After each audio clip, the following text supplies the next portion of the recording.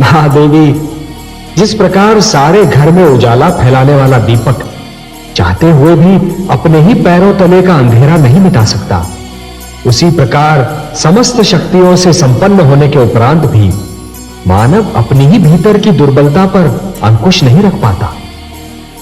मानव की दुर्बलता यह है महादेवी कि शक्ति पाते ही वो ये सिद्ध करने पर उतर आता है कि जो शक्ति उसके पास है वो किसी और के पास नहीं है, और इसे सिद्ध करने में वो उसी प्रकार अहंकार के जाल में फंस जाता है जिस प्रकार एक पंछी बहेलिए के जाल में फंस जाता है।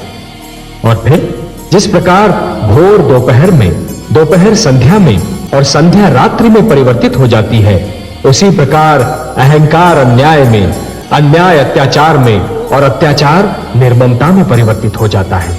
और तब आपका हस्तक्षेप न करना असंभव हो जाता है। मानव की यही दुर्बलता है महादेवी कि वो कभी-कभी अपने वरदान का ऐसा दुरुपयोग करता है कि वरदान देने वाला अपनी देन पर पछताने लगता है।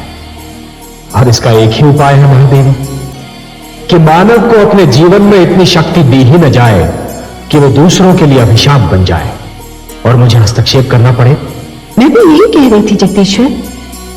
मानव को ईश्वर ने सद्बुद्धि दी, जीवन के नियम बताए, न्याय अन्याय, धर्म अधर्म, सत्य असत्य, उजाले अंधेरे की पहचान करा दी, उसे हर रूप से संपूर्ण बनाया। फिर ऐसा क्यों होता है कि हर बार आपको हस्तक्षेप करना पड़ता है? हे देवर्षि, जिस प्रकार शरीर का कोई भाग यदि सड़ जाए तो समस्त शरीर को बचाने के लिए उस भाग को काटना ही पड़ता है, उसी प्रकार यदि घर के दीपक से ही घर को आग लग जाने का संकट हो तो उस दीपक को अपने ही हाथों बुझाना भी पड़ता है। मुझे सहस्रार्जुन का वध करना ही होगा, और देवर्षि सिद्धांत रूप में तो आवश्यकता पड़ने पर मैं स्वयं अपना वध भी कर सकता हूं। और आज तो अंतिम निर्णायक युद्ध है। हाँ महादेवी, जब क्षत्रियों ने अपना कर्म छोड़ दिया तो भार्गवों को भी अपना धर्म छोड़ने पर विवश होना ही पड़ेगा। हे सर्वेश्वर, आपकी लीला अपरंपार है। नारायण। पुत्र अपने माता पिता का तर्पण जल के स्थान पर रक्त से कर रहा है। यदि ये परंपरा बनी तो मानव का क्या होगा, संस्कृति का क्या होगा? महादेवी, ये दृश्य देखने में क्रूर अवश्य लगता है, परंतु तनिक सोचिए, उस पुत्र की मनस्थिति क्या होगी जिसके माता पिता, मित्र, आचार्य और एक निर्दोष कोमल कन्या को निर्ममता से मार दिया गया हो। मैं भी यही समझती हूँ कमल नयन कि सारा किया धरा सहस्रार्जुन का है। उसने तो अन्याय की हर सीमा लांघ ली है, परंतु हे सर्वेश्वर, सहस्रार्जुन को सहस्त्र बाहुओं का बल आप ही ने प्रदान किया था ना? हाँ महादेवी, पर सहस्त्र बाहुओं का बल मैंने उसे क्यों दिया था ये तो वो भी जानता था और आप भी जानती हैं। महादेवी, कटाक्ष नहीं कमल नयन, सत्य कह रही हूँ। न जाने कैसे भ्रष्ट विचार लेकर जन्मे हैं दैत्य गुरु शुक्राचार्य। मोर्चे पर मोर्चे हारते जाते हैं पर अपनी विचारधारा नहीं बदलते। अब क्या कह दिया उन्होंने? उचित परामर्श न देने और अपने शिष्य को उचित पाठ न पढ़ाने की जैसे सौगंध ही खा रखी है उन्होंने। पौत्र विरोचन को उन्होंने ये परामर्श दे दिया कि यदि ऋषि वत्स की पुत्री दीपावली ने उसका प्रस्ताव स्वीकार न किया तो वो अपने अधिकारों का प्रयोग करे। महादेवी, कभी कभी तो मुझे लगता है कि स्वयं दैत्य गुरु शुक्राचार्य को यह ज्ञात नहीं होता कि वो क्या कह रहे हैं, क्योंकि उनके भीतर ज्ञान और क्रोध के बीच एक निरंतर युद्ध चलता रहता है। जब ज्ञान का पलड़ा भारी होता है तो उनके मुख से कविताओं के पुष्प झड़ते हैं, परंतु जब क्रोध का पलड़ा भारी होता है तो उसी मुख से अंगारे उगलने लगते हैं। पर उनका परामर्श तो उनके शिष्य को, मेरे पौत्र को तो भ्रष्ट कर सकता है। महादेवी, यदि ऐसा हुआ तो उसका सारा दोष विरोचन का ही होगा। गुरु ने तो परामर्श दे दिया, परंतु उसे मानना या ना मानना ये तो शिष्य का कार्य है।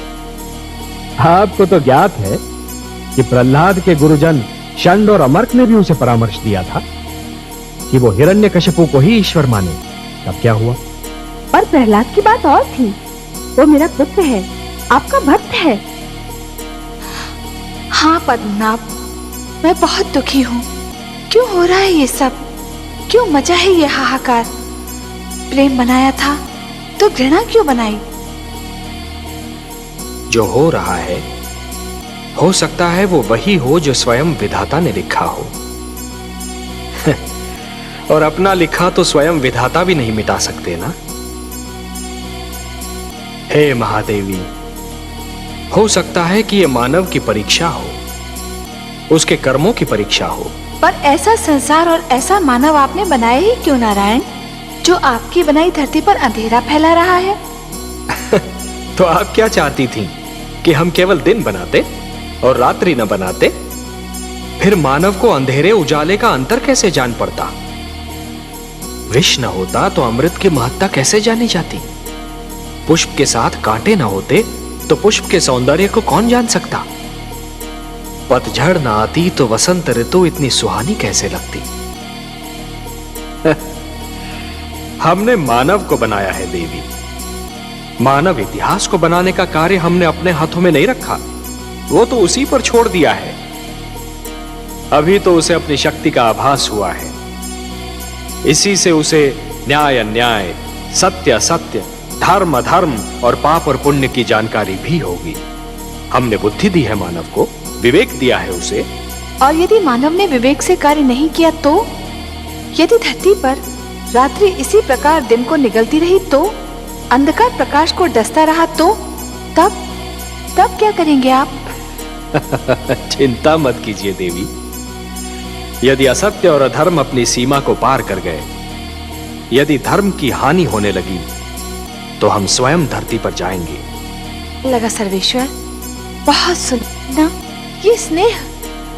मनु और शत्रुपा की भावनाओं में जो फूल सी सुगंध, मधु सी मिठास और कलियों की कोमलता का अनुभव किया, वैसी भावनाओं से तो हम देवलोक वाले भी वंचित हैं प्रभु। आपको अच्छा लगा महादेवी? बहुत ही अच्छा लगा सर्वेश्वर, बहुत सुंदर, बहुत मधुर। ये भावनाएं और इनको प्रदर्शित करने की शक्ति केवल मानव जाति को मिली है।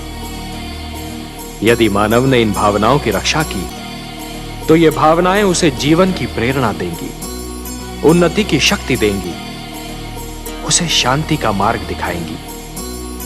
ये प्रेम, ये स्नेह और एक दूसरे का आदर करने की ये भावना ही मानव जाति को संस्कृति देगी, सभ्यता देगी, उसे उत्थान का मार्ग दिखाएगी।